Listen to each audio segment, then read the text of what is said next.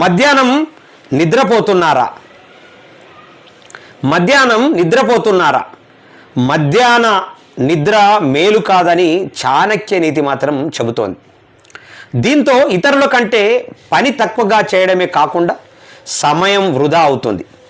డబ్బు నష్టపోయే అవకాశం ఉంది. జబ్బు చేసిన వారు, గర్భిణీలు, చిన్నపిల్లల తల్లులు మాత్రమే నిద్రపోవాలని అంటోంది. మధ్యాహ్నం నిద్రతో జీర్ణ సమస్యలు వస్తాయని వైద్యులు కూడా చెబుతున్నారు.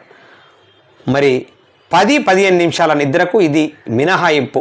ఒకవేళ నిద్రపోతే 10-15 నిమిషాల కన్నా ఎక్కువ నిద్రపోవద్దనేటటువంటిది మనకు చాణక్య నీతి మాత్రం చెబుతూ ఉంది.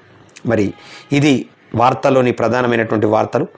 దయచేసి మిత్రులారా, మరి వీకెండ్